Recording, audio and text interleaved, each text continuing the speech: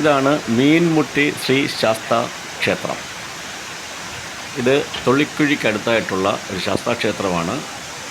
കിളിമാനൂരിൽ നിന്നും ഏകദേശം 8 കിലോമീറ്റർ ദൂരമുണ്ട് ഇങ്ങോട്ടേക്ക്.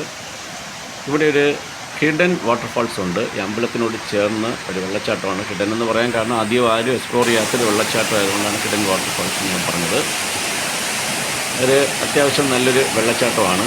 ഈ വെള്ളച്ചാട്ടത്തിൽ കുളിക്കാനൊക്കെ പറ്റും.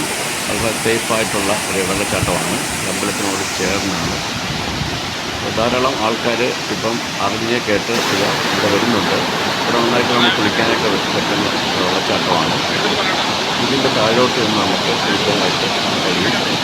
ഇത് അമ്പലത്തിൻ്റെ മറുസൈഡിലോട്ട് വന്നാലേ ഈ വെള്ളച്ചാട്ടത്തിൻ്റെ അടിയിലോട്ട് നമുക്ക് ചെല്ലാനായിട്ട് കഴിയും. അതിനിവിടെ ഒരു ചെറിയൊരു ബ്രിഡ്ജൊക്കെ ഇവിടെ പഞ്ചായത്തുകാർ ഒരുക്കിയിട്ടുണ്ട്.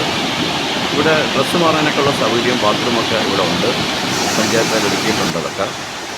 ഈ ബ്രിഡ്ജ് കടന്ന് വേണം അപ്പുറത്തെ സൈഡിലോട്ട് പോയിട്ട് വേണം താഴോട്ട് ഇറങ്ങിയിട്ട് വെള്ളച്ചാട്ടത്തിൻ്റെ അടിയിലോട്ട് ചെല്ലാനായിട്ട്.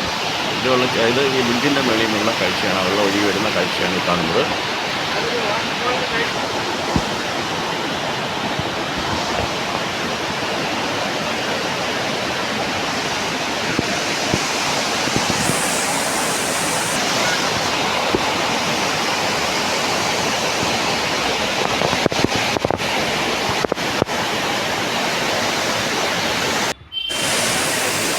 ഇതിന് കുറച്ച് ഇറങ്ങണം.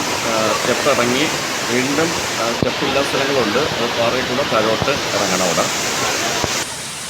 ഈ പാറയൊക്കെ ഇറങ്ങി വേണം. വഴിക്കലുണ്ടാവും. മഴ സമയത്താണെങ്കിൽ ശ്രദ്ധിച്ചിറങ്ങേണ്ടി വരും. ഇവിടെ ധാരാളം പ്രീ വെഡ്ഡിങ് ഷൂട്ടിംഗ് ഒക്കെ നടക്കുന്ന സ്ഥലമാണ്. ധാരാളം ആൾക്കാർ അതിന് വേണ്ടിയിട്ട് ഇവിടെ വരുന്നുണ്ട്. അപ്പോൾ വെള്ളച്ചാട്ടം ഒരു തീമായിട്ട് എടുത്തിട്ട് ഇവിടെ ഷൂട്ടൊക്കെ ചെയ്യുമായിരിക്കും.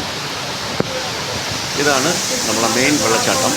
ഈ വെള്ളച്ചാട്ടത്തിൻ്റെ താഴെ നിന്നാണ് നമുക്ക് കുളിക്കാനായിട്ട് പറ്റുന്നത്. ഇവിടെ ആഴം ഒട്ടുമില്ല. നമുക്ക് കാണിച്ചു കഴിഞ്ഞാൽ നല്ല മെസ്സേജിങ് എഫക്റ്റൊക്കെ കിട്ടും. ഈ വെള്ളച്ചാട്ടത്തിൽ കുളിച്ചു കഴിഞ്ഞാൽ വെള്ളച്ചാട്ടം ഇവിടെ വരുമ്പോൾ ബോക്സൊക്കെ ആയിട്ട് വരിക, കുളിക്കാനുള്ള തയ്യാറെടുപ്പോടെ വരിക, ഒരു ജോലി അധികം കരുതുക. ഈ വെള്ളച്ചാട്ടം കണ്ടാൽ നമുക്ക് എന്തായാലും കുളിക്കാനായിട്ട് തോന്നും. കൊല്ലം ജില്ലയിൽ നിന്നും വരികയാണെങ്കിൽ ഏകദേശം ഒരു 45 കിലോമീറ്ററേ ഉള്ളൂ. വെള്ളച്ചാട്ടം അടുത്തുള്ള ഒരു വെള്ളച്ചാട്ടമാണ് ഇത്. ഇപ്പോൾ അതുകൂടെ പോകുന്നുണ്ടെങ്കിൽ ഇവിടെ ഇറങ്ങി ഇതൊക്കെ കണ്ട് ഒരു കുളിയും പാസ്സാക്കി പോകാനായിട്ട് കഴിയും.